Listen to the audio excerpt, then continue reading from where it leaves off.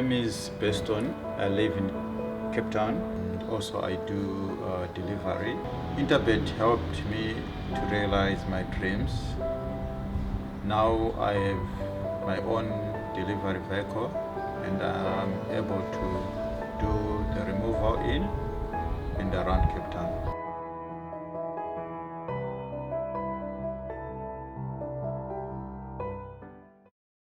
Wednesday, the 8th of November 2023, we're racing at Hollywoodbets Greyville. We're on the poly track and we've got a 7-race card. So the very first race gets the place accumulator underway.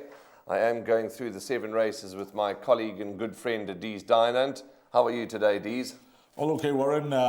You mentioned 7 races, so the punters need to look sharp. Race number 1 will begin the bar pot and the place accumulator, and then race 2 will be the pick 6.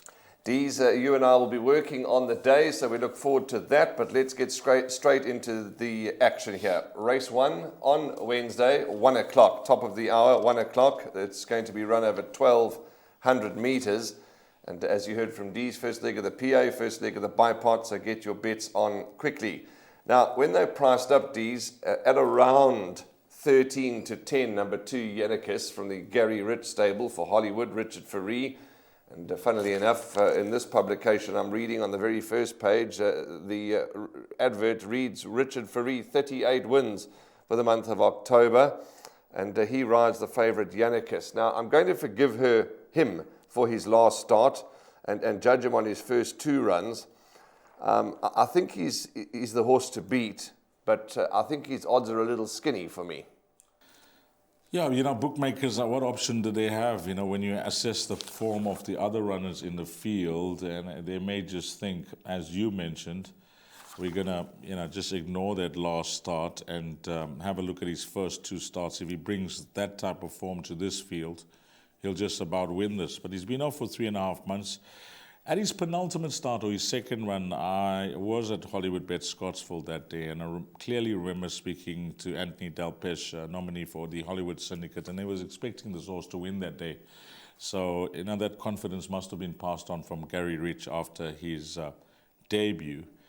And then his third start is the start that will worry you, but, I had to pull out that form line, Warren, and I'll read it out to you. That winner tail of the Comet, who I know that many will be very familiar with, trained by Sean Terry, has since gone 3rd and back-to-back wins. That last win was in Cape Town, winning that ready-to-run race, Cape Racing Sales ready-to-run race, winning very well, and I think he is now put his name into the hat for the Cape Guineas.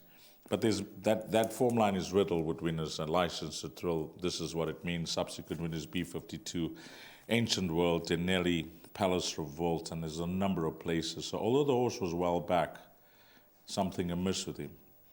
I think that form line and the strength of that form line, even though this horse was right down the field, should be too strong here. On his first 2 runs, nicely drawn at 2. You mentioned the man in form, Richard Fourie. Gary Rich is having a good run with these horses, and what I like is that the other day, I think you may have interviewed him. I don't know who worked on course, but he had a winner in the first race, Madam something, Zabre or Z or something, and he said, I'll win the last. The confidence from a small yard. Yeah. It's very, I like my horse in the last will be Asia Pambili, the horse was called. So his stable's in good form, he's giving the guys confidence, and I think if we approach him tomorrow, either you or I, and get a word from him, I can almost guarantee that he will be very confident with this horse tomorrow, if the horse has taken this break well, because his stable's in good form. You mentioned the jockey, Richard's riding for Hollywood, they're having a great run. Everything points to this horse. He deserves his airtime. Off the balance, Warren, there's just 2 other horses. I think number 3, T-Rex, and number 6, which is Mount Meru. And I don't know about the first timer. And some may say, well, what about Dean Caname, runner? Well, I think that has to get a mention as well.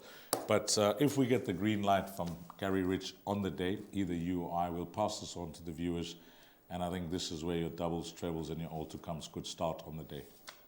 Okay, so that's number 2, Yannicus. Dees mentioned 3, T-Rex, and 6, Mount Meru. And obviously we'll also respect, as he mentioned, number 7, I Surrender. But it does look like number 2, Yannicus, can get it all right, neatly drawn, jockey in form, stable in form.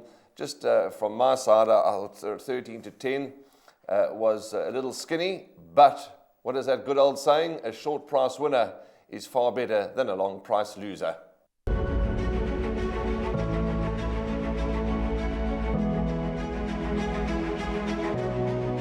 It's good fun. Days like these are great. You get the whole industry together, and to have, companies and corporations like Interbet and Cape Racing who are so generous with sort of time and energy into making a day like this possible is it's fantastic for everyone.